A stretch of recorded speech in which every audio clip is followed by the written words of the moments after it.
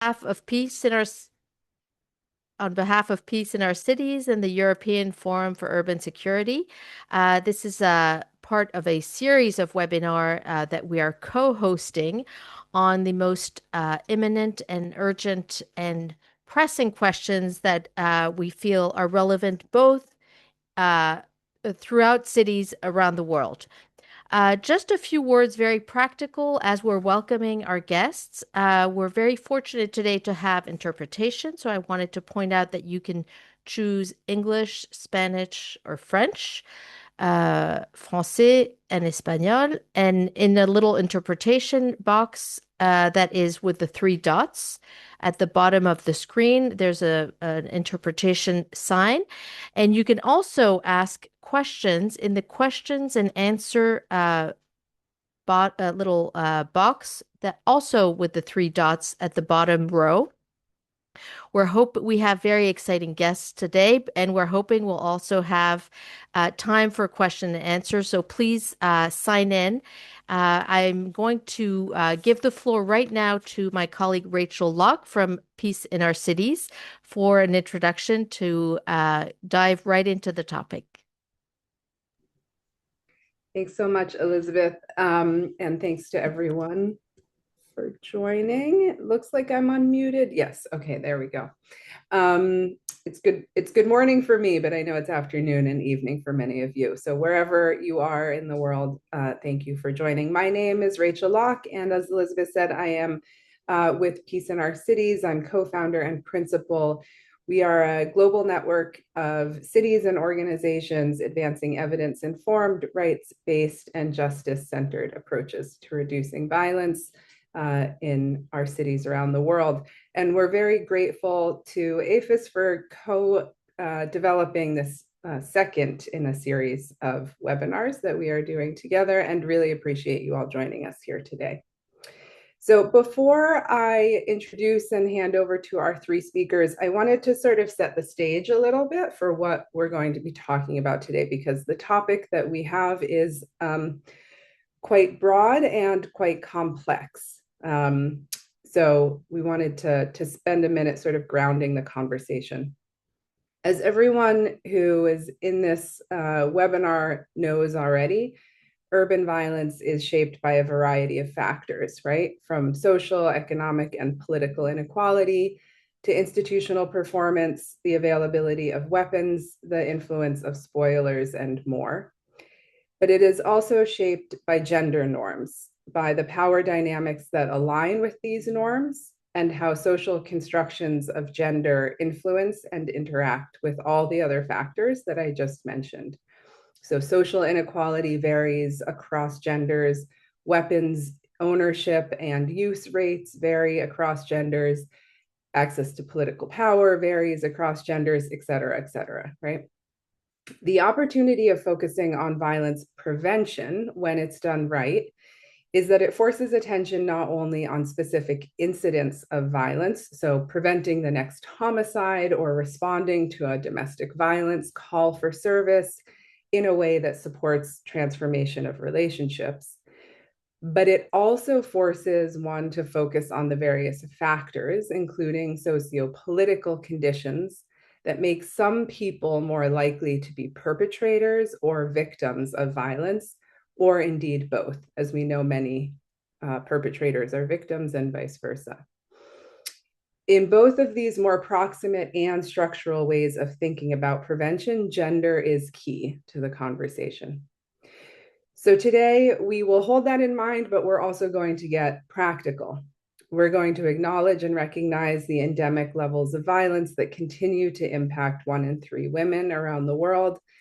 And sadly, the fact that this number does not move very much, even in the face of a treasure trove of really good research and effective strategies that we know work.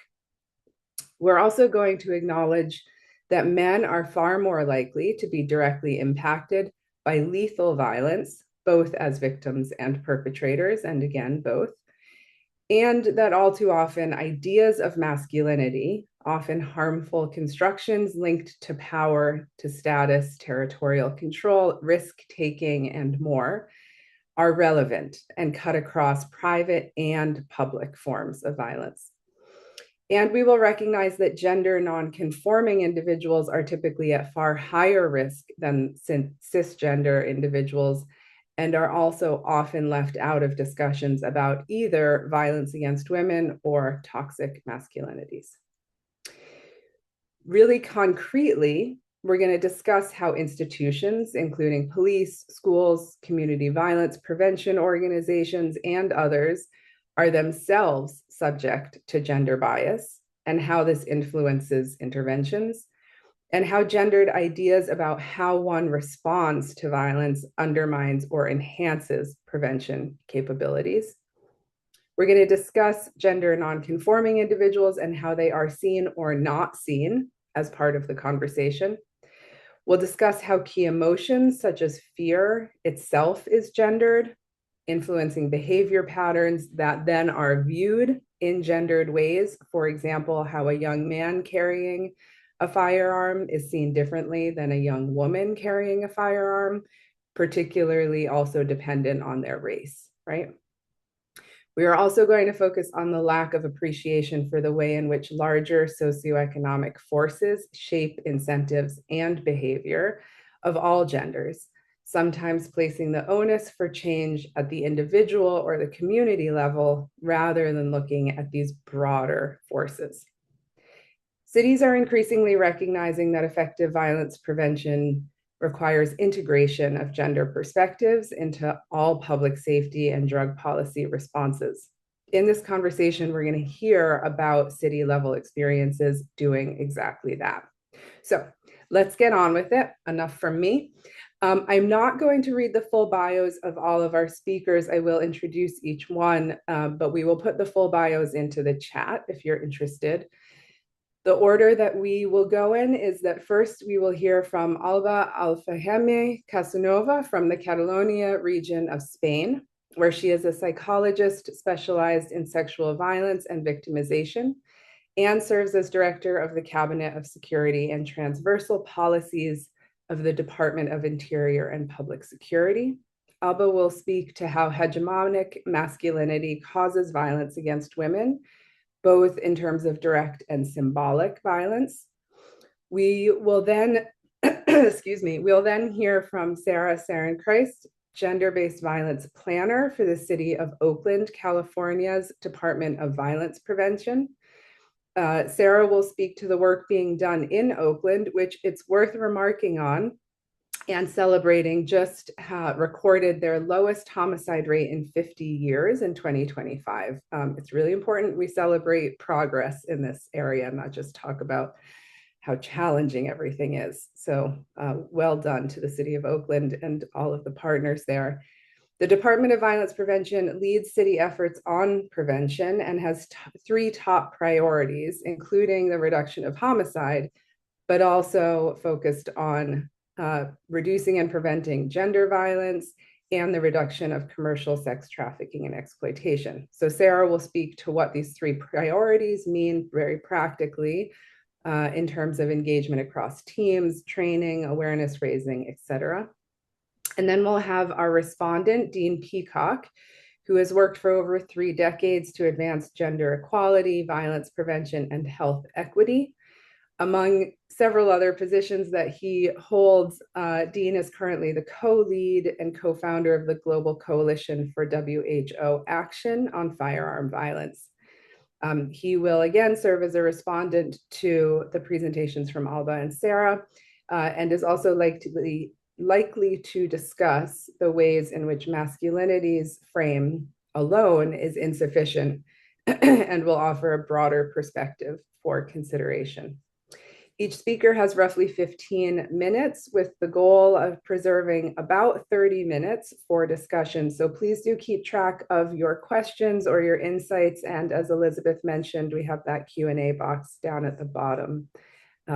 So with that, thank you. And Alba, I will turn the floor over to you, please. Okay, thank you.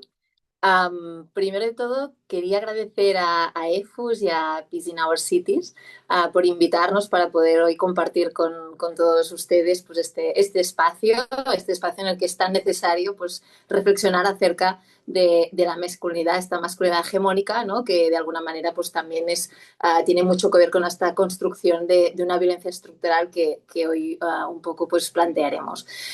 Yo soy la jefa del Gabinete de Seguridad y Políticas Transversales del Ministerio de Interior y Seguridad Pública de Cataluña. Y aquí está Martí, que es una persona también que trabaja en el gabinete.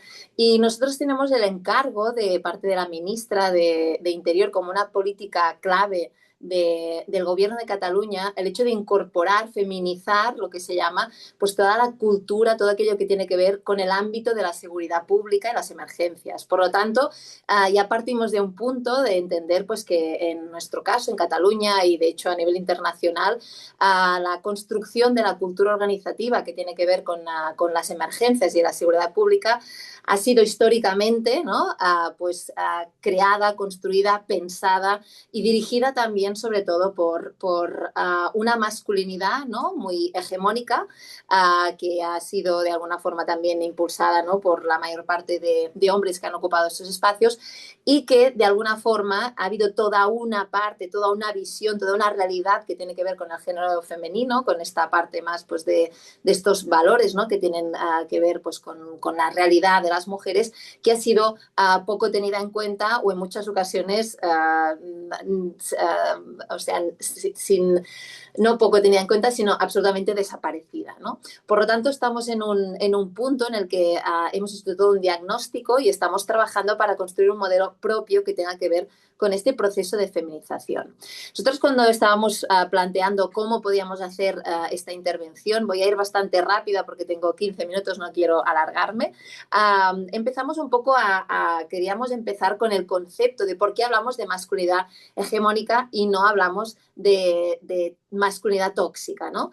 De hecho, la clave para nosotros es muy esencial que la idea del carácter, ¿no? Estructural y anclado de esta masculinidad hegemónica es algo, yo creo que es evidente, es estructural, ¿no? Es un tipo de masculinidad que se ha construido, o sea, el problema no está en los hombres, sino está en esta cultura patriarcal que ha marcado una forma de ser hombre, ha marcado una masculinidad hegemónica, que esta masculinidad ha acabado en muchas ocasiones de alguna forma en conductas, actitudes tóxicas o violentas, ¿no?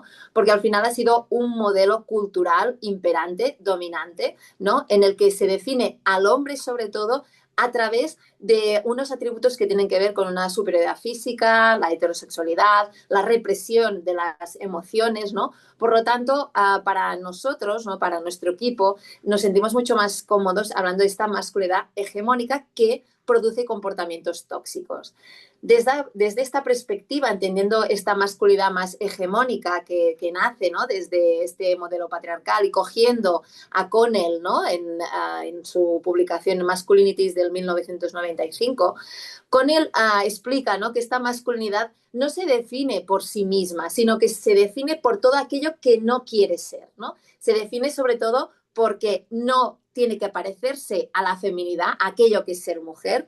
La masculinidad no tiene que parecerse al hecho de ser niño, ser inmaduro, ser poco valiente, ¿no? Por lo tanto, ni ser mujer, ni ser niño, ni ser un hombre gay, ¿no? Ni ser homosexual. Por lo tanto, toma como la norma heterosexual la normalidad. Según Connell, esta masculinidad, ¿no? Necesita marcar esta distancia con estos otros, con esta alteridad, ¿no? También que se ha trabajado mucho pues, en las corrientes feministas y de hecho es un concepto, ¿no? que construyó Simone de Beauvoir, esta alteridad, los otros, las otras, ¿no? Para entender quién somos, quién está en el centro y están en el centro estos hombres que se definen desde un sitio que en ningún momento pueden parecer ni mujeres, ni tener características comunes con niños, ni tampoco con hombres gays.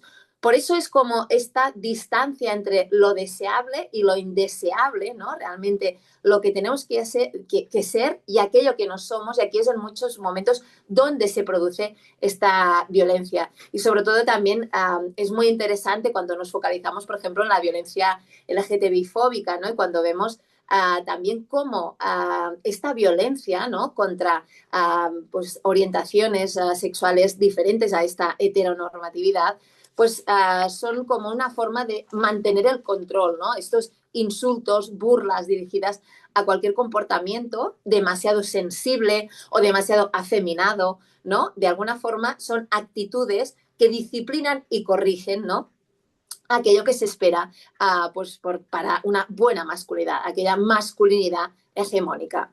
Muchos hombres, de alguna forma, pues que están socializados, ¿no?, en esta masculinidad, tienen miedo, ¿no?, de no encajar en este perfil, porque al final la presión de género, siempre lo decimos, las mujeres sufrimos las consecuencias de esta masculinidad hegemónica, de esta masculinidad violenta. Sufrimos las consecuencias, pero el eje de donde nacen estas violencias, nuestras violencias contra las mujeres, estas violencias machistas, el problema no está en nosotras, en las mujeres. Las mujeres sufrimos las consecuencias de una violencia que nace, ¿no?, desde una masculinidad hegemónica en un entorno patriarcal que marca cómo tienen que ser estos hombres, ¿no? Y sobre todo, esta dominación masculina también pasa por situarse en el centro, ¿no? El modelo, la norma, ¿no?, han sido históricamente estos hombres y por lo tanto son también los que tienen derecho a regular, a juzgar, a apropiarse también del cuerpo, la sexualidad de las mujeres, también como un sistema de control hacia estas mujeres, y además esto refuerza esta jerarquía, esta desigualdad entre hombres y mujeres, ¿no?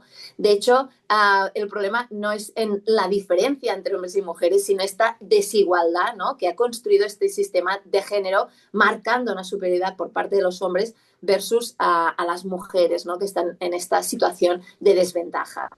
En ese sentido, si pasamos un poco también a hablar de violencia, ¿no? Nosotras tenemos un marco normativo que da espacio, pues, a toda esta violencia más física, ¿no?, a esta violencia más de acoso, pero también a toda una violencia que tiene que ver con algo mucho más psicológico, una violencia mucho más también simbólica, ¿no? Esta normalización, por ejemplo, ¿no?, o esta a veces aquí se habla de micromachismos, nosotras hablamos más de una violencia habitual, cotidiana, banalizada, aceptada por aquellos que la utilizan, pero también por las mujeres, en muchas ocasiones que somos las que la recibimos, o incluso pues hombres, ¿no?, hombres gays o personas del colectivo LGTBI, como también personas trans, ¿no? Comentarios, pues esta también invisibilización o minimización, ¿no? Históricamente estamos reclamando hacer memoria histórica para poner a las mujeres en el sitio que les corresponde, porque esta invisibilización histórica en muchos ámbitos ha hecho que nuestras voces hayan desaparecido también de este contexto global y la historia de la humanidad se ha explicado sobre todo en una clave de género masculina, ¿no? Por eso esta necesidad también de revertir esta violencia simbólica que también nos ha silenciado. En este sentido, cuando hacemos nosotras, estamos trabajando pues en estas violencias, ¿no? Cuando llegamos a una de las principales formas de violencia que nacen, ¿no?, de este sistema de desigualdad, Martí, si pasamos a la siguiente, por favor, nos damos cuenta que hay esta violencia machista. Aquí tenemos, pues, lo que os comentaba, un marco normativo que nos da mucha cobertura, ¿no?, y mucha amplitud, porque nuestra norma habla de violencia machista en el ámbito de la pareja, que esta es la principal forma de violencia machista que tenemos, pero también hay otras formas de violencia machista, como puede ser en el ámbito laboral, pues en el ámbito social comunitario, como pueden ser matrimonios forzados, mutilación genital femenina, la explotación sexual, pero también, por ejemplo, toda una violencia que tiene que ver más, por ejemplo, en entornos, ¿no?, familiares o incluso en el espacio público, ¿no?, esta violencia sexual que se da en espacios públicos. Pero si nos centramos en esta violencia en el ámbito de la pareja, desde el Departamento de Interior, los datos son clarísimos, ¿no? Es una de las principales violencias, es uno de los principales incidentes delictivos que persigue la policía en nuestro país, ¿no? Y de hecho es la principal causa de inseguridad de las mujeres. Las mujeres, sobre todo, los principales delitos que sufrimos las mujeres son delitos que tienen que ver con esta violencia machista y, sobre todo, estos que están relacionados con la pareja o expareja. Pero no solo esto, ¿no? También son la principal causa mortal violenta, ¿no?, en nuestro país de las mujeres. Las mujeres, sobre todo y básicamente, mueren a manos de sus parejas o exparejas o asesinadas después de haber sufrido violencia sexual. Por lo tanto, todo este eje de discriminación del que hablábamos al principio, esta masculinidad que busca su espacio intentando no hacer aquello, también utiliza, ¿no?, este poder para estar constantemente violentándonos. En ese sentido, si pasamos de imagen, en la siguiente nosotros nos dedicamos a trabajar desde los datos policiales, pero también tenemos la responsabilidad de implementar todas las encuestas que tienen que ver con los procesos de victimización. Y en esta ocasión, el año pasado publicamos, ¿no?, en el 2025, una encuesta que se hizo con datos del 2024 acerca de la violencia sexual, una encuesta que solo hablaba de violencia sexual. ¿Y cuáles fueron los principales resultados y por qué es tan importante poner el ojo desde las políticas de seguridad en este tema? Porque si solo nos quedamos con el dato policial, vemos que únicamente se denuncia un 6% de las situaciones de violencia sexual que tenemos. Un 6%. Es irrisorio, ¿no?, la realidad de lo que nos llega a los cuerpos policiales. Cuando empezamos a preguntar a las mujeres qué tipos de violencia han sufrido, nos sale que casi el 70%, un 67,3% de las mujeres han sufrido algún tipo de violencia sexual a lo largo de su vida. Pero es que esta violencia sexual que preguntamos por parte de tu pareja, expareja, en la calle, en la escuela, en la universidad, en tu trabajo, cada vez está creciendo de una forma más clara y más exponencial en todo el ámbito digital, ¿no?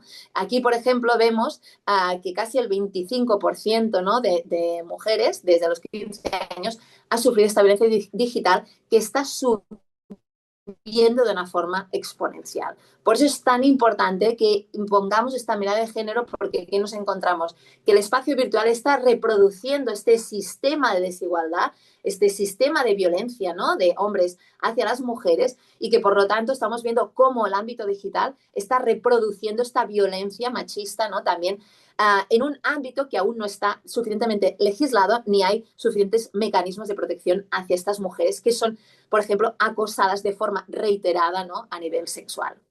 Si pasamos, nos encontramos también cómo no es únicamente, ¿no?, esta violencia física, sexual, ¿no?, esta violencia directa la que recibimos, sino también lo que os estaba comentando, ¿no?, otro tipo de violencia, otro tipo de conductas, ¿no?, otro tipo de discriminación que seguramente tiene un impacto menor que en una violencia directa, ¿no?, pero que también tiene efecto, sobre todo, en la calidad democrática de cómo las mujeres viven nuestras ciudades, ¿no?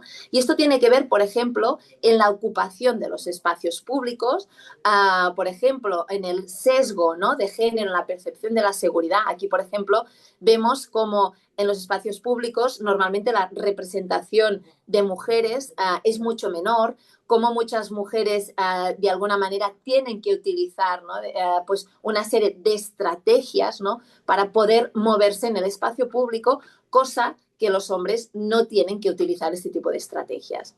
En este sentido, ahora hablaremos un poco de esta ocupación de espacios, ¿no?, de esta apropiación de este espacio público. Lo que decíamos, los hombres acostumbran, ¿no?, de alguna forma a moverse con más libertad, con más seguridad, sobre todo en momentos claves como puede ser por la noche, ¿no?, a la hora de volver, por ejemplo, a casa, cosa que refuerza esta presencia masculina, ¿no?, más visible y dominante. Perdón, que me dicen que vaya más despacio. Perdonen, es que como tengo 15 minutos y muchas cosas que explicar, voy a ir más despacio. Esta apropiación de estos espacios públicos yo creo que es como muy evidente porque en determinados momentos del día es como si esto se hace pues como muy visible. En este sentido, también, por otra parte, hay la invisibilización de las mujeres. Las mujeres normalmente adoptamos al final estrategias teóricamente de autoprotección para evitar situaciones de riesgo, cambiar rutas, evitar determinados espacios o determinados horarios, hecho que al final esta estrategia de autoprotección lo que está haciendo es llevarnos a un sitio de la renuncia. Nos lleva a un sitio de que incluso incorporamos que dejar de hacer cosas es un mecanismo aceptable para poder sobrevivir y no recibir ningún ataque. Pero esto en una sociedad democrática es inaceptable, porque lo que está pasando es que muchas mujeres están renunciando a hacer cosas o ir a determinados espacios por miedo a ser agredidas. Y este miedo es una forma de desigualdad, es una forma de discriminación que desde el ámbito de la seguridad pública no nos podemos permitir. En ese sentido, también se suman aquí este aprendizaje que hacemos también de estas dinámicas de poder cotidianas, gestos, actitudes, comportamientos habituales que hacen que el espacio público en muchas ocasiones las mujeres nos sintamos que no es un espacio propio, no es un espacio seguro. Y aquí es donde también tenemos que trabajar mucho para que esta percepción de seguridad cambie. En este sentido, como también, como os comentaba, trabajamos las encuestas de seguridad porque recogemos los hechos delictivos, pero también tenemos que recoger las percepciones. Aquí vemos cómo hay un sesgo muy importante de género en esta percepción de seguridad. Y esto es un problema importante porque afecta, evidentemente tenemos que perseguir los delitos, pero también tenemos que construir ciudades que hagan que nuestras mujeres se sientan igual de seguras que los hombres. Y en este sentido, solo para poner tres ideas importantes, nosotros trabajamos con la dimensión cognitiva, ¿no? Esta parte más racional, que sería preguntar, por ejemplo, a la gente al nivel de seguridad en el municipio. Y aquí prácticamente no vemos muchas diferencias significativas. Los hombres en la media dicen que sus ciudades pues las valoran como un 6,7 en la escala de seguridad y las mujeres en un 6,6. Pero luego cuando empezamos a preguntar acerca de esta dimensión más emocional, ¿no? En el sentido de si estás preocupada, ¿no? De alguna forma, cuando te mueves por este espacio público, las mujeres aquí superan, ¿no? De 3 puntos hay una diferencia muy importante entre hombres y mujeres acerca de la preocupación, ¿no? Que sienten cuando están en el espacio público. Por lo tanto, y hay una sensación de inseguridad. Y por último, vemos que las mujeres doblan la dimensión comportamental, estas estrategias de afrontamiento, ¿no? Las mujeres doblan las estrategias que tienen que hacer cuando salen al espacio público para sentirse seguras. Tienen que pensar las rutas que están más iluminadas cuando vuelven a casa, tienen que en muchas ocasiones llamar o hacer ver que llaman a alguien cuando vuelven a casa porque tienen miedo a ser asaltadas, tienen en muchas ocasiones que tener apps, ¿no? Tienen apps para mostrar un poco su ruta, toda una presión extra que las mujeres viven por el solo hecho de ser mujeres. En este sentido, por lo tanto, las mujeres limitan, sacrifican, ¿no? De alguna manera renuncian, ¿no? A estos espacios que al final tendrían que ser espacios, nos convertimos en ciudadanas de segunda, ¿no? Por eso es tan importante que estos sacrificios, que estas concesiones que están haciendo las mujeres, no lo aceptemos como algo normal ni esperable. Tenemos que romper, de alguna forma, ¿no? Romper este marco mental en el que nos situamos, en el que normalizamos e incluso positivizamos este tipo de estrategias. Y estamos poniendo la presión en ellas, en qué hacen cuando vuelven a casa, en cómo se tienen que, de alguna forma, proteger, y estamos olvidando cómo las ciudades pueden contribuir también a hacer estos espacios más seguros. En este sentido, estos comportamientos, toda esta violencia que analizamos, ¿no? Desde esta perspectiva de lo que pasa en nuestra ciudadanía, Martí, si passem la següent, estos comportamientos acaban también impactando en nuestras organizaciones. Nosotras trabajamos pues, con los cuerpos policiales, cuerpos pues, de emergencias, y vemos como toda esta masculinidad, este sistema de poder, evidentemente, ¿no? También se ha reproducido en este plano organizacional. Estos comportamientos, estas formas de relacionarse, en muchas ocasiones, ¿no? También esta normalización de actitudes y roles, ¿no? De esta masculinidad más hegemónica, sobre todo y especialmente que han tenido un impacto muy alto en el ámbito de la seguridad de las emergencias, siguen persistentes actualmente, siguen de alguna forma tejiendo esta cultura organizativa que están fuertemente masculinizadas y que están muy, muy, muy relacionadas con unos valores que tienen que ver con la fuerza, el control, la frialdad emocional, ¿no? Por lo tanto, todas estas culturas profesionales masculinizadas determinan una forma de prestigiar, unas actitudes que se aceptan, unos comentarios o unos repartos de roles, ¿no? que pueden estar normalizando y que han normalizado esta desigualdad de género y que han hecho que se reforzaran los estereotipos y los prejuicios de aquello que se espera de un hombre y que se espera de una mujer, incluso llevando el mismo uniforme. Y esto evidentemente también impacta en el clima laboral y en el servicio, ¿no? Porque al final puede afectar, ¿no?, incluso a las oportunidades profesionales, incluso al servicio que damos a la ciudadanía. Si seguimos, aquí, por lo tanto, es nosotras en este proceso de feminización de la cultura de un departamento como pues, la seguridad de las emergencias, aquí es muy importante no solo poner el tema de la violencia machista como un eje central en las políticas públicas, como os estaba comentando, no solo con los datos de los delitos, sino con las encuestas de victimización, pero también con la percepción de las mujeres, pero también tenemos que poner toda nuestra energía en lo que pasa en nuestra casa. ¿Qué pasó con esta masculinidad, ¿no?, y esta vinculación con los servicios de seguridad?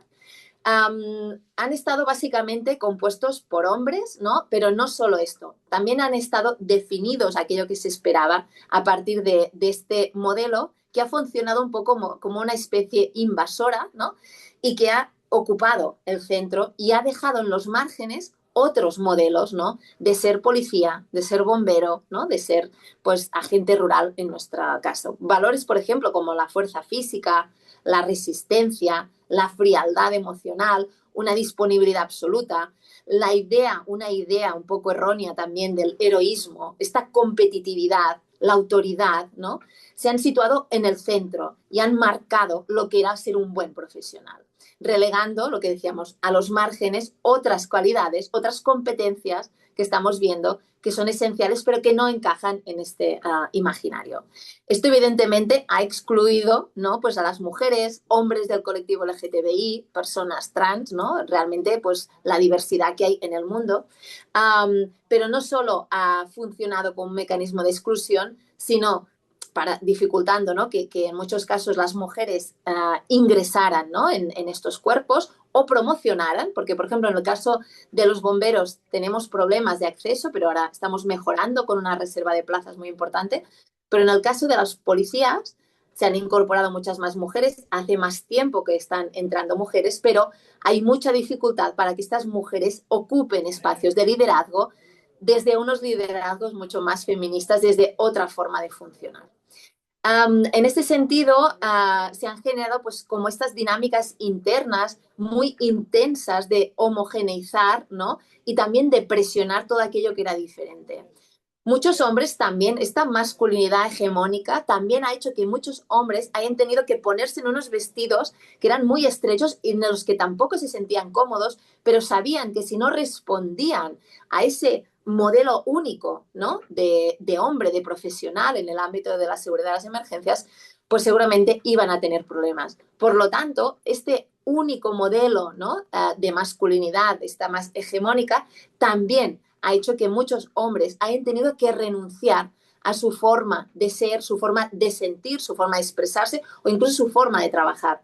De hecho, en todo este proceso de feminización que hemos ido explicando y sobre todo, ¿no?, con la incorporación de mujeres, muchos hombres nos dicen que para ellos es una oportunidad de poder ser quien realmente son, de poder de alguna forma, porque quizás hay hombres bomberos que no miden 2 metros y están súper fuertes, sino que quizás miden 1,60 m, están fuertes, pero no son como lo que llaman a veces el macho alfa, este que ocupa todo el espacio. Y el hecho de incorporar la diversidad a través de la incorporación, por ejemplo, de las mujeres o trabajar el tema del colectivo LGTBI, les ha permitido también a otros hombres encontrar su espacio, ¿no? Y en ese sentido, yo creo que también es importante. Ahora no me veo, no sé si me están viendo, pero bueno. ¿Seguimos, Martí? Alba, I Ya need to ask you to please, sorry to interrupt, I need to ask you to please wrap up quickly. Thank you. Ok, ya para ir acabando, lo que es para nosotros muy importante es trabajar las masculinidades desde el interior, desde dentro. ¿Y cómo hemos hecho esto? Un eje esencial de este trabajo, de esta feminización, es el trabajo con los hombres para hacer talleres, por ejemplo, con todos los jefes de bomberos. Hicieron unos workshops de seis mañanas donde trabajaban solo entre hombres, con hombres que estaban de alguna forma reflexionando acerca de estas masculinidades. Estamos trabajando con focus groups, con hombres para entender en qué punto, cómo están viviendo todo este proceso de cambio, qué creen que necesitan, por qué unos se oponen a la incorporación de las mujeres. Por lo tanto, estamos combinando hombres que realmente ven esta oportunidad de abrirse, ¿no? De abrir las instituciones, incorporar diversidad, pero otros hombres que están en contra. Pues es abrir también estos espacios de discusión. En ese sentido, y siguiendo un poco ya para ir acabando, también hay bueno, la idea esta de que los hombres, ¿no? Necesitan sobre todo hablar y repensar toda esta masculinidad para crear otro modelo. Y en ese sentido hay una idea que para nosotros también es muy interesante, que estamos trabajando, es que cómo estamos repensando esta idea del héroe, ¿no? El héroe seguramente no tiene que ser aquel que levanta no sé cuánto peso, que es importante que esté bien, ¿no? A nivel físico, pero sobre todo es importante que es aquel que no abandona, que cuando hay un incendio, que todo el mundo se va, él o ella van a apagar con este incendio. Cuando hay alguna persecución, ellos van. Por lo tanto, esta actitud de ir, esta actitud de estar, es lo que los hace heroicos y no solo la fuerza física. Es algo de compromiso, es algo de control emocional, es algo de gestión emocional, que son unas competencias y unos elementos que tenemos que incorporar para romper esta idea un poco anacrónica ya de lo que era aquel héroe desde esta mirada más hegemónica. Y ya para cerrar, ya prometo acabar ya, estamos creando... No, 30 seconds, please. You're Vale, very perfecto. over 30 seconds. Estamos please. creando este modelo de feminización a través de una guía que se va a publicar en junio. Es una guía con una vocación internacional porque sin querer pues nos estamos convirtiendo un poco en un referente por todas las acciones que estamos haciendo. Se va a publicar en junio. Si todas las personas que hoy asisten aquí, si quieren recibir un ejemplar, se lo podemos mandar. Y estamos de alguna forma creando, ¿no? Modelando pues esta forma nueva de trabajar desde muchas acciones, desde muchos prismas para cambiar realmente una cultura organizativa que durante mucho tiempo ha estado absolutamente en manos de esta masculinidad más hegemónica. Y por mi parte, aquí hay los beneficios, pero ya lo dejo aquí. Thanks, Alba. There was a ton of really interesting information and lots of points I wanted to pick up on, but we are now quite over our time. So I am not going to pick up on them now. We'll wait until the discussion. Instead, Sarah, I am just going to hand it right over to you. I know you also have some slides. So while we are getting those slides up, Alba, thank you so much for your presentation. So much great content in there. I know people will ask if we can share the slides afterwards, so we will check on that. And we also know that you have to leave us a little bit early. So, but your colleague will be staying with us through the discussion. So thank you so much, Sarah. The floor is yours, please. Thank you. Thank you. Good morning. Can you hear me okay? Perfect. I don't know if I'm able to share my screen. Luisa, are you able to get the slides up? I am, Sarah, but can you please turn your camera on? We can't see you. I have my camera on in one screen, but not the audio screen. If that makes sense. Okay, so sorry. Sorry. So let me find you. I am sorry I have to do this too thing. Oh, and I guess actually, is there a way for me to share my own slides maybe? Because these I realize are just in sorry, y'all. Yeah. I think I'll share my own screen. Luisa, sorry, thank you. And Yeah, here I am. Hold on one second.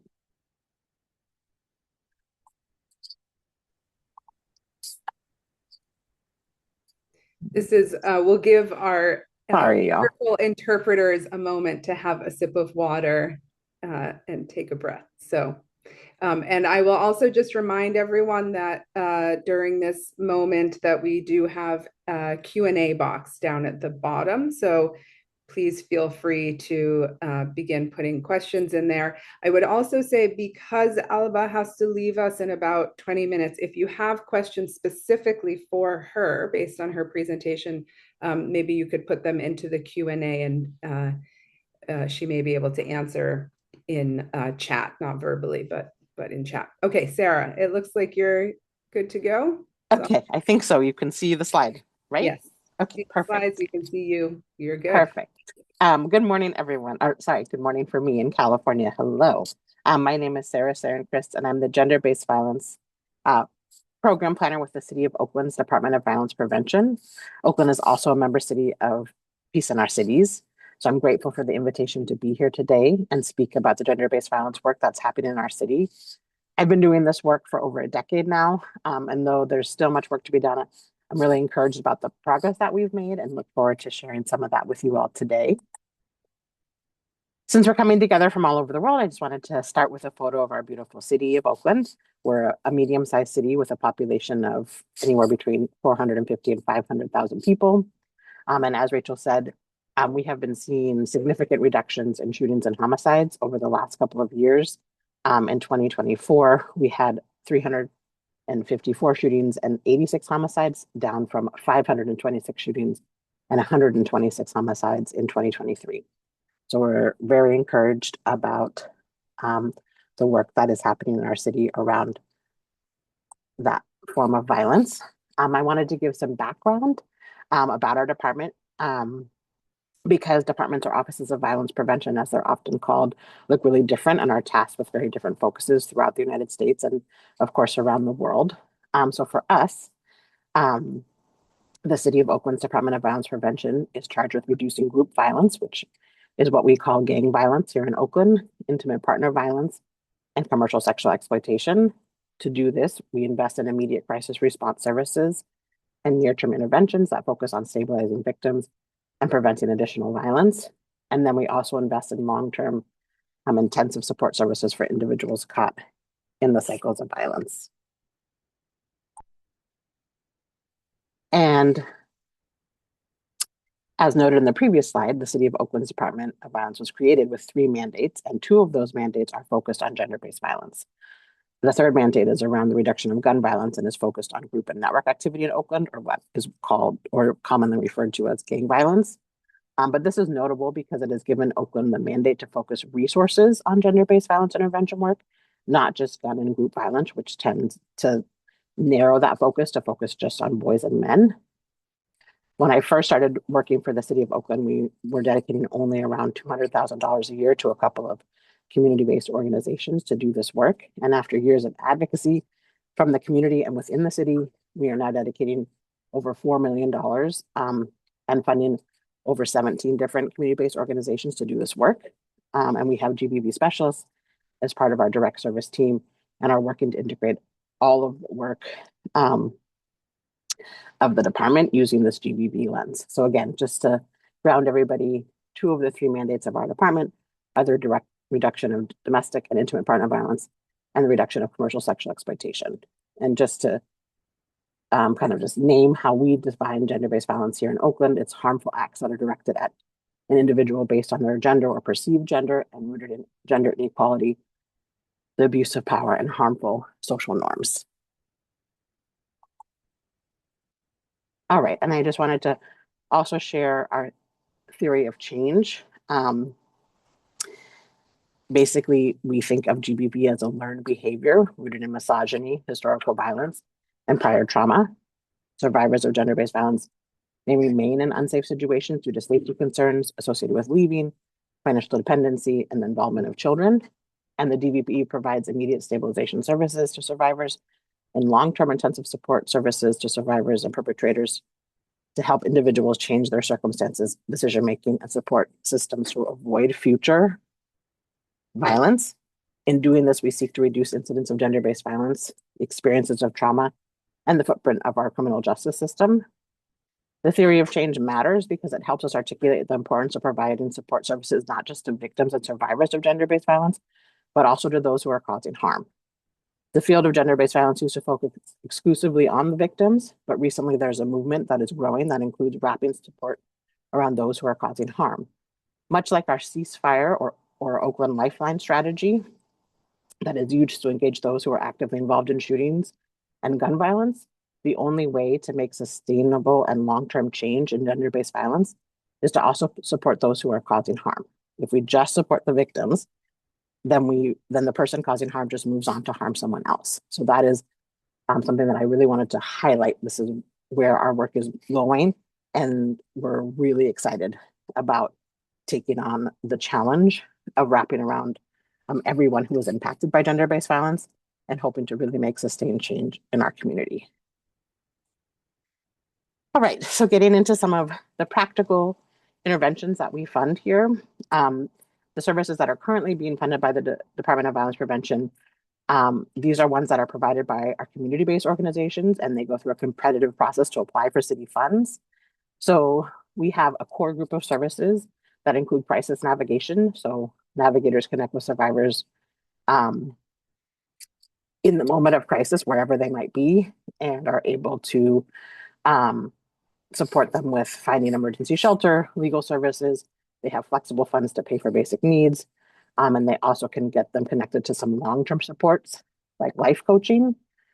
Life coaching is like an intensive case management model where people are having communication with their coaches on a daily basis and getting intensive support, getting basic needs met, and making kind of longer term goals that they're hoping to meet. And then we also, of course, fund 24-hour hotlines that make it easy for survivors to connect with someone who can support them day or night. And again, the safety plan, and get them connected to the resources that they might need. Then we have some what we call support services. Housing in the United States, but definitely in the Bay Area where we are, is really, really challenging. So we spend a lot of funding towards housing. That includes emergency housing, transitional housing, relocation assistance if someone is trying to flee, and also transitional housing for someone who is ready to be in a kind of a longer term housing space. That also includes hotel vouchers for people who can't go to shelter and need a different type of emergency housing support. We also fund therapeutic support for clients healing and hopefully processing the trauma that they may experience. That's not just the traditional one-on-one therapy, but includes peer-led support groups and other non-Western healing practices. And then legal assistance, of course, which is critical for a lot of our survivors, including temporary orders of protection, full representation in court, court accompaniment, and a whole bunch of other legal support services. Another program that we have funded and are piloting is what we call our school VIP strategy, which is violence intervention and prevention strategy. So we fund this program in 9 Oakland high schools, serving high school students, which are in the United States between 14 and 18 years old. This program hopes to reduce incidents of violence on campus, reduce incidents of community violence that are impacting the students at the high schools, reduce the experiences of gender-based violence among students, and promote healing among students who are survivors of violence. And this is a really incredible program because it means that on these school campuses, students have access to a violence interrupter, a life coach, and a gender-based violence specialist. And so again, this team is able to support the school community. It's taken a lot of time to get these violence intervention and prevention teams running smoothly. And this is partly because a lot of the community violence intervention work, which we call CVI work here in the United States, is very male dominated. And many of our violence interrupters and life coaches have either hypermasculine ideas about gender and gender roles, or have been impacted by gender-based violence, either as witnesses, as children, as victims, or as those who have caused harm and have not taken the time to heal from those experiences. And so it took a lot of work, extensive training, a lot of time in shared space, building trust, to get these teams to be really functioning as a team.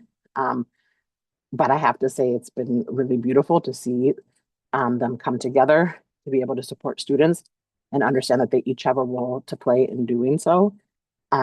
So this is one strategy that really, I think, speaks to the masculinity and gender that we're talking about today, and how it really takes a team like this to be able to support our communities to reduce violence. And then finally, just talking about the intersection. So what is clear from our work in Oakland and critical to this conversation is that the intersections between all the forms of violence that impact our communities are critical when it comes to providing support services and making a sustained change. It's common for someone who causes harm to have been a victim of harm and vice versa, as Rachel was alluding to. The DVP often works with Lifeline or ceasefire clients who are living at these intersections of domestic or intimate partner violence, group and network, or gang violence and commercial sexual exploitation. And therefore, we are focused on creating a life coaching model that is rooted in understanding and support for those who are impacted by gender-based violence, both victims and survivors, and those who cause harm. In addition, the DVP is launching Oakland's first ever Peace Academy that will offer integrated and intersectional training and capacity building for our community-based organizations and lived experience workers to be able to support sustained change for their participants and for the community. This work is not easy, and we have lots of fits and starts with different strategies. There have been pushbacks at moments with people who were triggered and trainings that went off the rails. However, we are dedicated to continue the work and make this sustained change in our communities.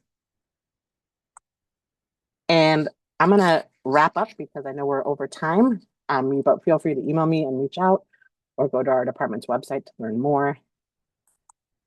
And thank you. Sarah, thank you so much. There we go. Thank you so much for that. You gave us like an appetizer platter, and there is so much more. I have so many questions about details of some of what you spoke about. I'm sure others do as well. So we will get to that. But first, I'm going to hand it over to Dean. Dean, you have both the sort of luxurious ability to react to this breadth of experience and practical experience, and also conceptual sort of orientations that we heard from Alba and Sarah, but you also have the challenge. So it is luxurious, but it is also a challenge because there was so much amazing content there. I wanted to just pose to you one thing, and feel free to go in the directions that you had planned, but I do want to underscore that we heard from Alba in her presentation a lot about violence against women, right? We heard a lot in Sarah's presentation about violence directed at individuals based on gender and how that replicates power and social norms, including the hegemonic norms that Alba referred to. It would be interesting to hear your reflections on how everyone is harmed by the sort of misogynistic orientation, the hegemonic systems, again, defined by Alba, but then also referred to by Sarah. And again, how that's shaped by broader dynamics, and maybe some experience from other contexts. But your luxurious, challenging role as respondent begins now. Dean, over to you. Great, Rachel, thank you. And it is indeed a luxury and a privilege to get to respond to these two really rich and interesting presentations. Sarah, when you put up that lovely picture of Lake Merritt, I thought, okay, let me show everyone what Cape Town looks like, because some of the things I'm about to say may dissuade you otherwise from coming to Cape Town. So this is an area just actually a few hundred meters from where I live, and we'll come back to the theme of outdoor spaces, exercise, recreational spaces, and violence prevention a little later in my response. But I did want to start with this image of kind of beauty, because partly it's what keeps me motivated and inspired. At the moment in Cape Town, it's Ramadan, and every evening, as the sun goes down, thousands of Muslim families, Cape Town has a very large Muslim community, gather here and celebrate the end of the day's fast. And it's been such a stark reminder of how people should be able to experience their faith, right? In, very sharp juxtaposition to the violence, the bigger, more structural forms of violence that we're seeing being meted out to people in Palestine, Iran, and elsewhere, partly on the basis of religious affiliation. We heard someone in the US yesterday a Republican leader talk about how there should be no Muslims allowed in the United States. So I share this because of all that it represents, and, the vision and experience of natural beauty and, the world that we live in to inspire our work. The flip side, though, is that whereas Oakland, very proudly talks about a reduction to just less than 500 homicides, and it's a very significant reduction, a reduction we're seeing across the US, Cape Town has 3,000 to 3,500 homicides on average each year. So it's a massive number of people. South Africa has the very dubious distinction of having 5 of the most 8 violent cities in the world at the moment, the least safe cities in the world. Cape Town isn't even one of them. But we've got extraordinarily high levels of violence. And Rachel, part of why I think it's so important to start here is because, you're quite right. In your opening remarks, you talked about the different ways in which violence affects different groups of people, based on gender, based on class, race, country of origin. And so in Cape Town, like in so many places, including a city like Ciudad Juarez that we associate with femicide, the vast majority of victims and perpetrators of homicides and violence more generally are men. So in Cape Town, 90% of homicide victims are men. And the majority of those are poor, socially marginalized, disenfranchised, young men of color. And so the data is phenomenally clear. And what's so interesting as we think about violence is, my work for the last 35 years has focused on men's violence against women in the San Francisco Bay Area, in San Francisco, in Oakland, where I used to live and work. And here in South Africa, my work has really primarily focused on this question of how do we increase men's involvement in ending men's violence against women. And I think it's important to name it as men's violence and not to allow it to be kind of obscured by this broad term gender-based violence. But behind that is very often a much less focused on issue, which is violence amongst men. And so in South Africa, we've really, until recently, not had much data on the specifics. We knew the broad contours, the number of men compared to women, but we didn't know much about the means of homicide, etc. And so we're now beginning to pay much more attention to that. And what we see is gender norms are really important, without any doubt. Expectations of dominance, expectations to be aggressive, to stand on your own 2 feet, to never back down from conflict, to be in control. Those are all associated with men's increased use of violence. In fact, those hegemonic ideas that Albo was talking about are associated with a whole host, a kind of vortex of problematic behaviors: sexual harassment, bullying, men's violence against women, men's violence against men, poorer health outcomes, increased likelihood of unprotected sex, alcohol abuse. So we see this cluster associated with these ideas around hegemonic masculinity, or to put more simply, ideas about manhood that are really invested in dominance, dominance over women, and in appearing tough and, stoic. So we've seen that in our work in Johannesburg, which I'll talk about in just a second. We saw that quite clearly. The men who held those attitudes were twice as likely as the men who didn't to use violence against women. But it's unfortunately not the only set of salient issues. And so what we've learned is that and this is based on 17 years more, actually, 30 years of implementing a range of different interventions, from batterer intervention programs that I did for a decade in San Francisco to developing and evaluating using randomized control trials the impact of violence prevention initiatives at the community level. One of those communities where we did a big randomized control trial was a big informal settlement in Johannesburg, the study I just referenced a moment ago, where we started with a baseline survey. We interviewed 2,500 men across a complex set of questions, and we asked them about their investment and belief in certain gender norms. And that's how we know that the men who had rigid, inequitable gender norms, what sometimes get called hegemonic norms, were twice as likely. Fortunately, the researchers we were working with from the University of Witwatersrand in Johannesburg pushed us really hard to look at other factors.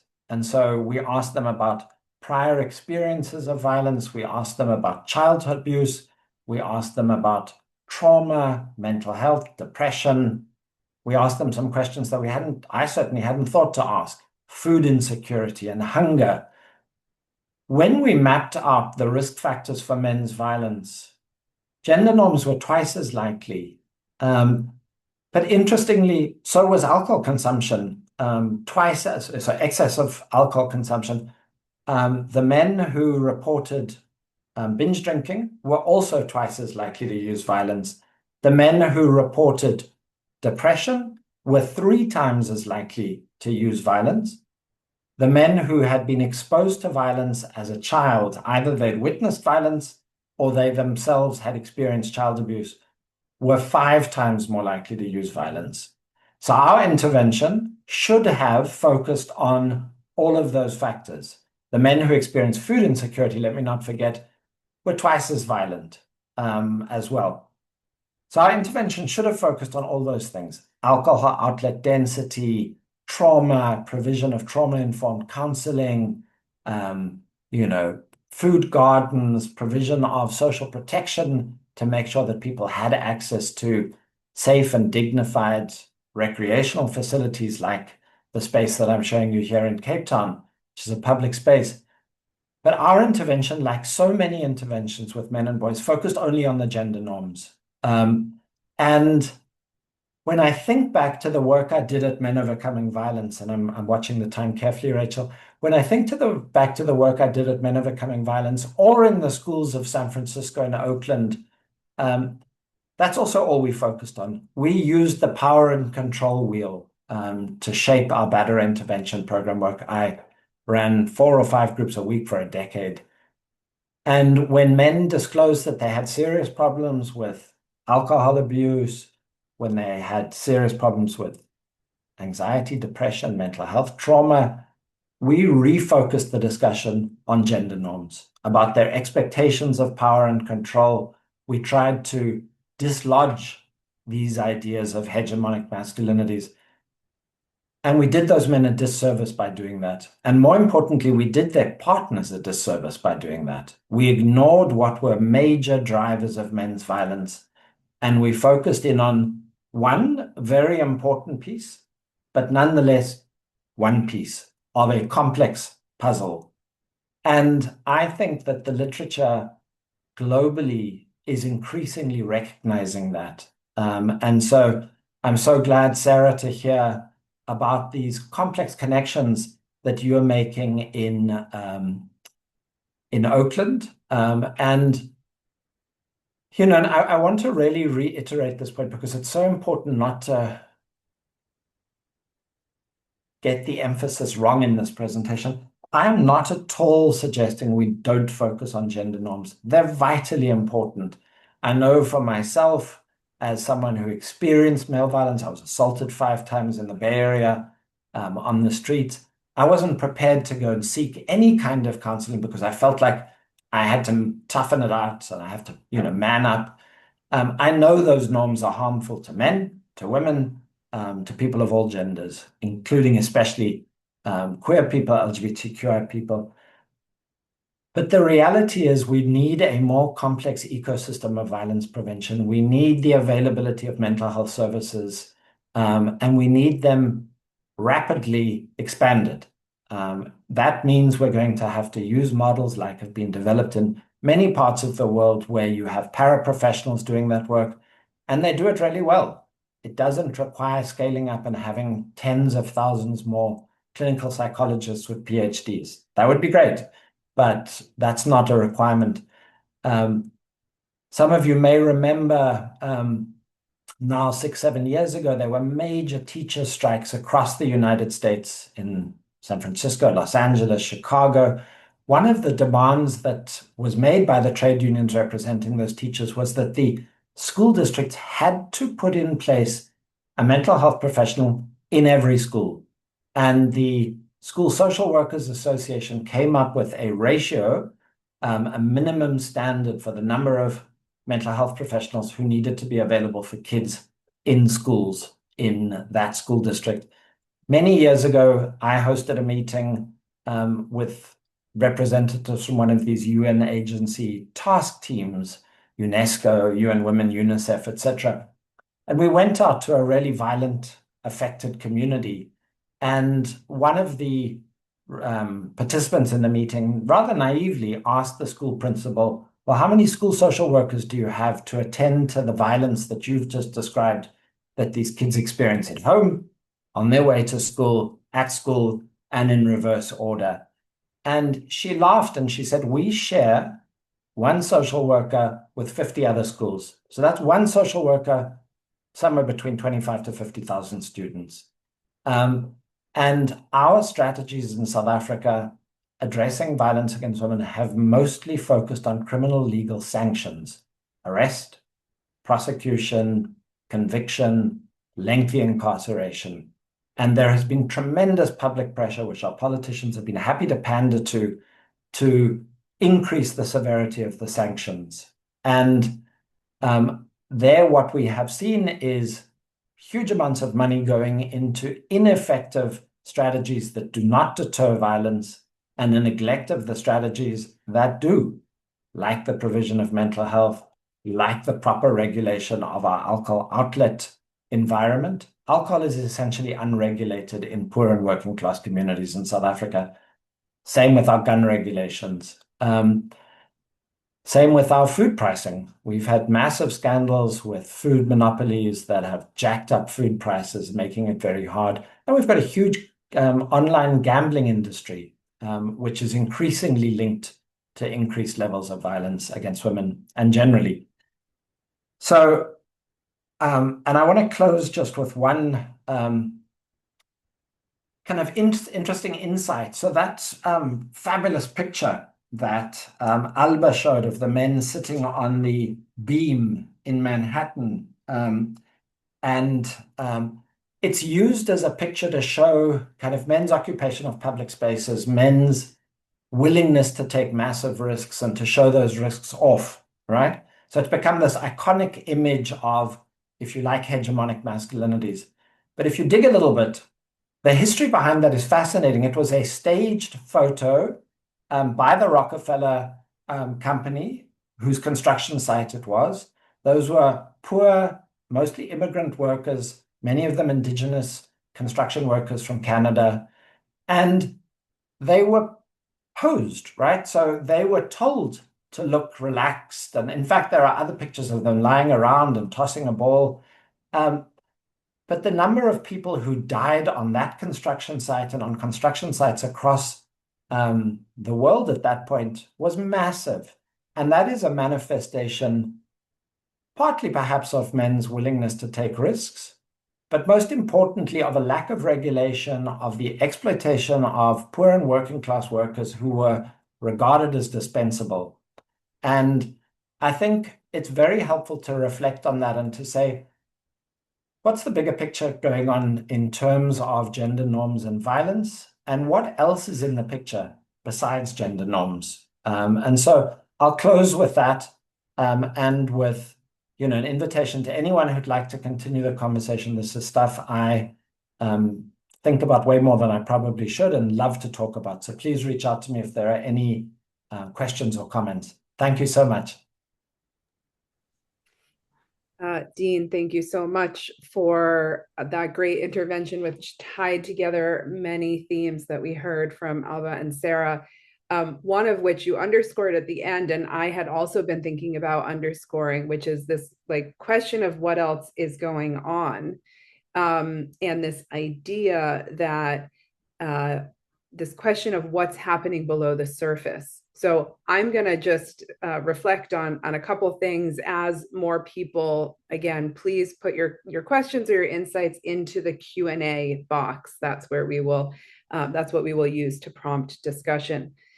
But the thing I want to reflect on, again, is this question of what's happening below the surface. So when Alba had her slide of people who were men and women who were expressing concern about their own personal security. There were differences, but the differences were not huge. The biggest difference was about behavior change, which prompted me to think, is some of this so normalized for women that we don't even say we're concerned about it? We just don't walk home late at night in the dark. It's just, because it's become so normalized. So we've changed our behavior and we don't comment on it because of the normalization. That is kind of below the surface. This, what Dean was speaking about in terms of the deprivation and all these other conditions that men in the survey were reporting on, the alcoholism, depression, exposure, which I think, if I heard you right, Dean, was the highest risk factor, 5 times more likely. And how that, again, is very often not recognized or reflected, and how it reinforces these cycles that then we're constantly having to catch up with, which, going back to what I said at the beginning about women, 1 in 3 women in her lifetime experiencing some form of violence, and that number not really moving, is that because we just aren't getting to this cyclical pattern that just repeats itself? And then Sarah, I just am so interested in hearing more about this, and I will ask you if nobody else pops in with questions, but what you were speaking about in terms of the training for the folks who are doing the work in schools, and about how some of the experiences of individuals, their own trauma, their own lived experience and behavior patterns, was really something that you all had to work with and work through. And probably that working with it and working through it was exceptionally hard and also exceptionally transformative. So again, how these things are happening below the surface, and if we don't give name to them or time to them, then we aren't getting to these cyclical patterns. I heard that from all 3 of you, and I just wanted to surface it. We do have one question in the Q&A, Dean, about whether you could point to any models or research that get into the details of the more complex approaches that you were speaking about. You could either come in verbally or answer that in the Q&A box. Which do you prefer? I'll just speak to it, Rachel, because I think there's overlaps with what you were asking about our limited success in the work that we've done to date in reducing levels of gender-based violence. So I think, the metrics are also really important. The lifetime levels of men's violence against women are similar in many parts of the world. If we look at frequency and intensity of violence, those vary more from place to place, right? And I think that's important. It's obviously not success until we stop the violence, but it is a measure of success to say we are on the way to reducing the frequency and severity of the violence. So we do have some evidence on that, which I think is important to kind of acknowledge and celebrate in a way, because otherwise, it's just overwhelmingly bleak to say all this work that's been happening from the suffragists and on has not changed anything. And I think we can claim some successes, as you did around Oakland. But it's so interesting. I was on a panel listening to a webinar yesterday with Laurie Heisey and a number of other people from UN Women, The Economist, the World Bank. And Laurie was speaking to this exact question. They are launching a new database and a new research report looking at some of the non-traditional legal and policy responses or policy interventions that have reduced levels of violence. So the one that we often think of is increasing girls' completion of secondary school, that where that happens, we've seen important reductions. Where we've seen changes in marriage regime to allow women to marry out of community of property, to leave abusive relationships, or even, as the person from the World Bank said yesterday, to credibly threaten to leave an abusive relationship. Those sorts of interventions, and there are many others, are increasingly looked at as much easier to implement than some of the programmatic interventions to shift gender norms. So the study we were involved in that I mentioned, the Deep Split study, I think it was a £5 million British pound study. It was hugely expensive. We were involved in another one that was, I think, twice as expensive. So the randomized control trials and those interventions are by definition quite expensive. And Sarah spoke to part of that, which is simply the training. Laurie was saying yesterday that the ability to change laws related to marriage regimes, regulation of the internet, marketing, limiting toxic marketing on the internet, shifting laws around algorithms and the harm that they can do, those are not massively expensive and they can be implemented at scale. So I think we're moving in an interesting direction at the moment where organizations like the Prevention Collaborative, the Sexual Violence Research Institute are all pushing for a expanded approach that says, let's think seriously about the levers that we need to pull on to achieve meaningful change. One of those, and while Alba was talking, and Marti, I'd be interested to get your thoughts on this as well. The provision of expanded parental leave that's happened in Spain. So there's equal non-transferable parental leave for parents in Spain. That's also really important. And it increases men's experience of caregiving. It decreases men's levels of violence to spend time early on in the lives of their children, with their children.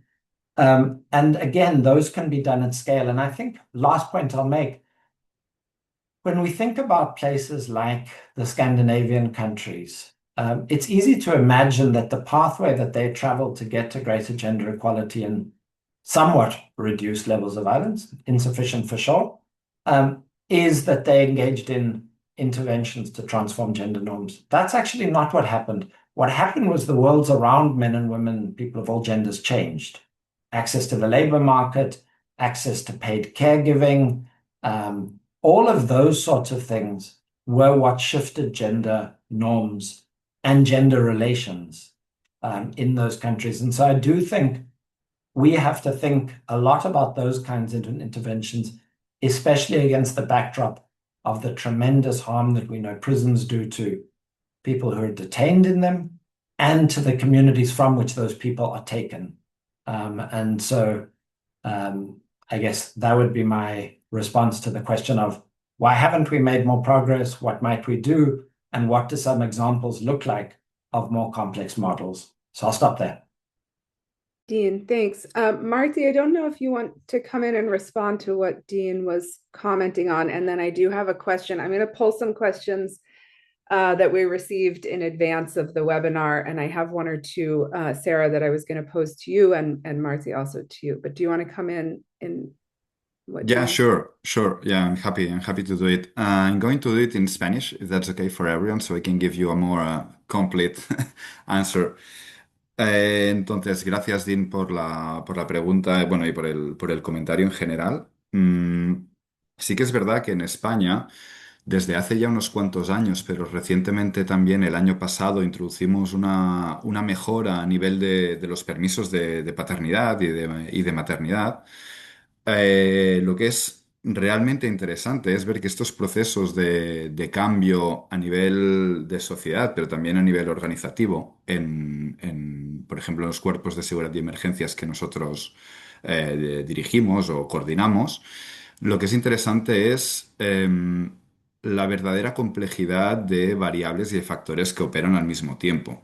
Y que esto es lo que se debe tener en cuenta. Es decir, no podemos apostar todo el cambio y la transformación organizacional a un solo caballo, porque este caballo no va a llegar nunca a la meta. Es decir, me explico. Nosotros cuando trabajamos con el proceso de feminización de nuestros cuerpos de seguridad y emergencias, apostamos también por una reserva de plazas. Pero no es solo esto, apostamos también por las mentorías, apostamos por la formación a los mandos, apostamos también por cambios legislativos, apostamos también por campañas de sensibilización, que lo interesante aquí es darse cuenta de que estos factores tienen que operar al mismo tiempo para poder alcanzar un estándar y unos objetivos adecuados. Con esto, si se me ha entendido y no he ido muy rápido, ya quedo contento. Si tenéis alguna duda, por supuesto, no dudéis en preguntarme más.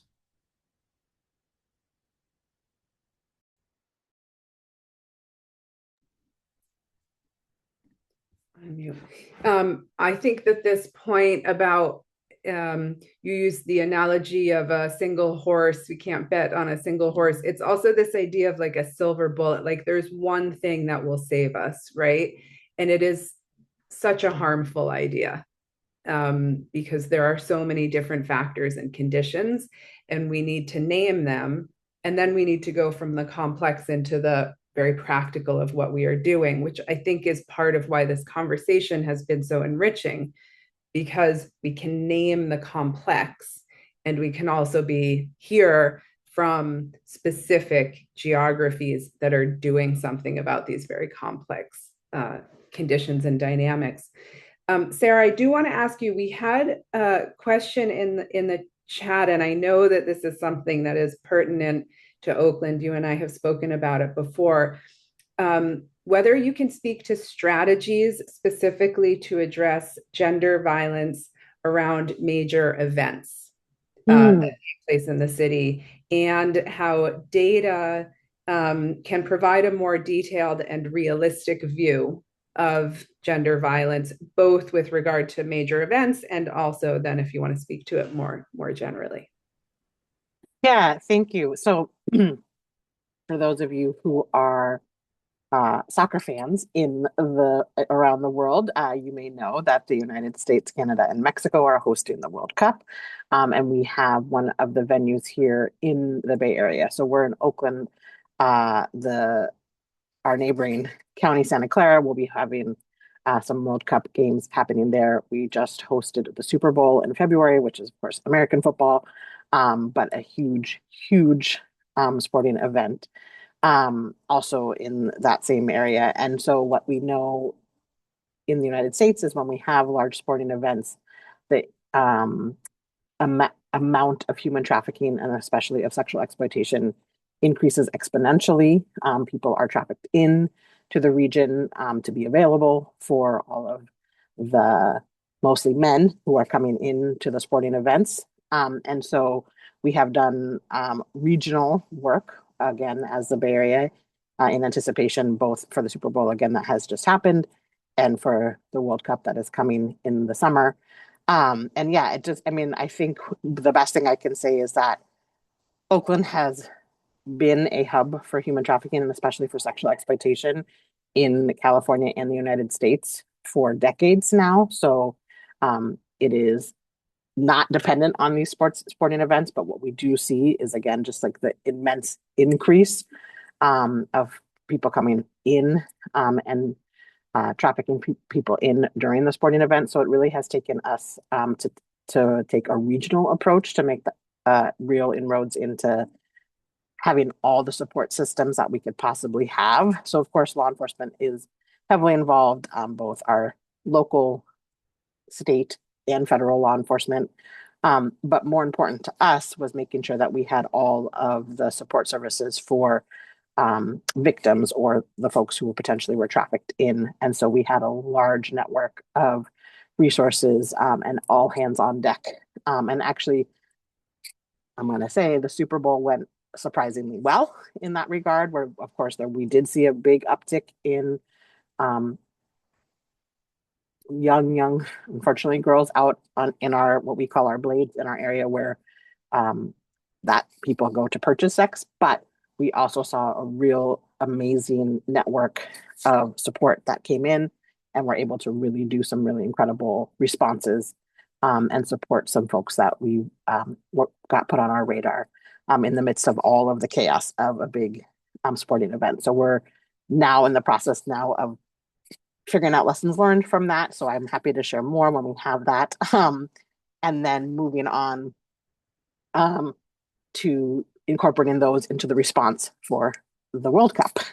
I think we are like, whoever planned these multiple huge sporting events did not do so with gender-based violence and especially with human trafficking in mind. But yeah, and so in terms of the data, I mean, what I would say for gender-based violence is that we are constantly struggling with actually a lack of data. So we try really hard as a city to make sure that we are collecting the data from our community-based organizations and our direct service workers around who they're serving and what they're seeing and all the demographics and stuff. But we struggle getting the same type of data from our county partners and from like our public health department, who we constantly are hoping to engage and get more kind of concrete data from. But we think data is critical, not just because it helps us target our interventions, but also it really helps us be able to make the case to funders to say, this is an issue, we need the more resources. And because, as I said, when I first started working with gender-based violence, we got $200,000 a year. And I was like, what can you do with that? That, especially in the United States, I know that can seem like a quantity in other countries, but not in the United States, and especially in the Bay Area, you can barely pay one salary with that amount of money. And so we need as much data as we can get to continue to make the case that this is a very large, and to the point of this conversation, a very complex issue. And it takes incredible amounts of resources to be able to actually make this sustained change. Yeah, thank you, Sarah.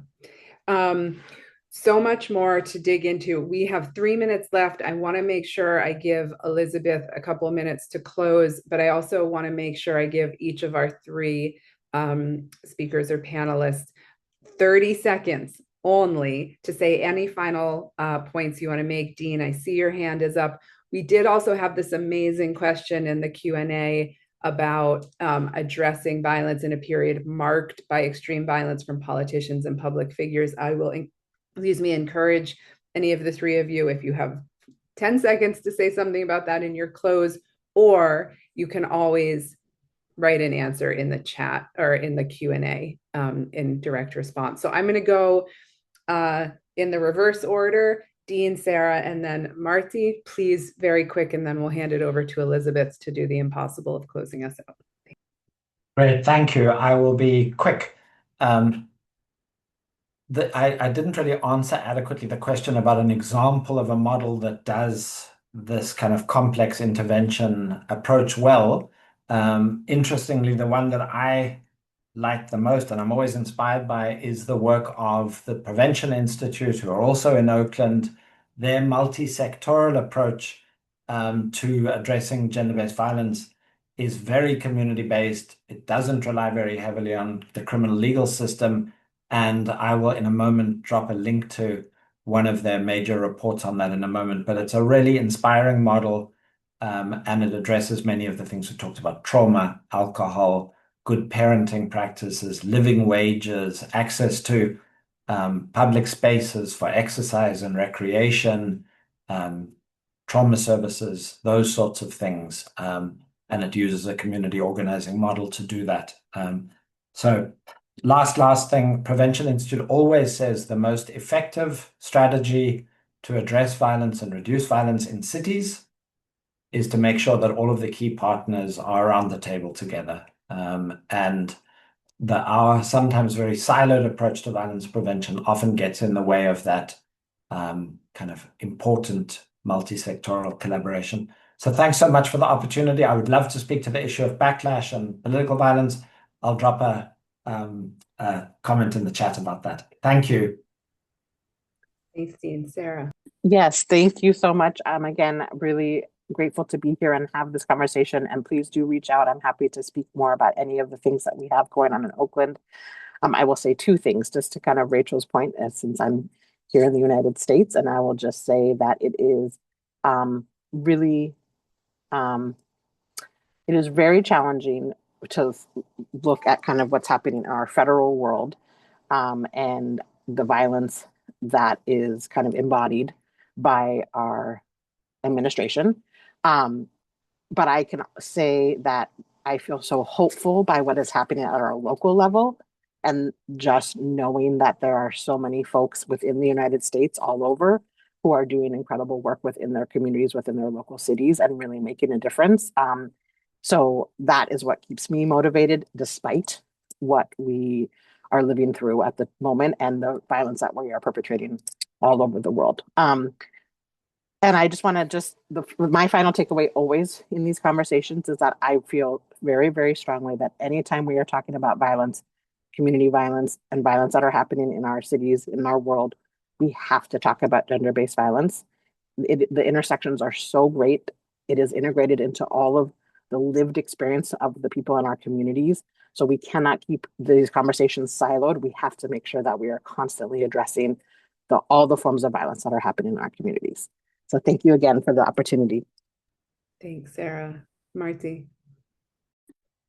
Sí, creo que es interesante como comentario final decir que al mismo tiempo es reconfortante y preocupante ver que son dinámicas que se reproducen en todo tipo de sitios y de contextos, ¿no? Desde Cataluña hasta Auckland, hasta Cape Town, ¿no? Es esta sensación de que hemos dado en el clavo de alguna manera, pero que seguimos en la rueda.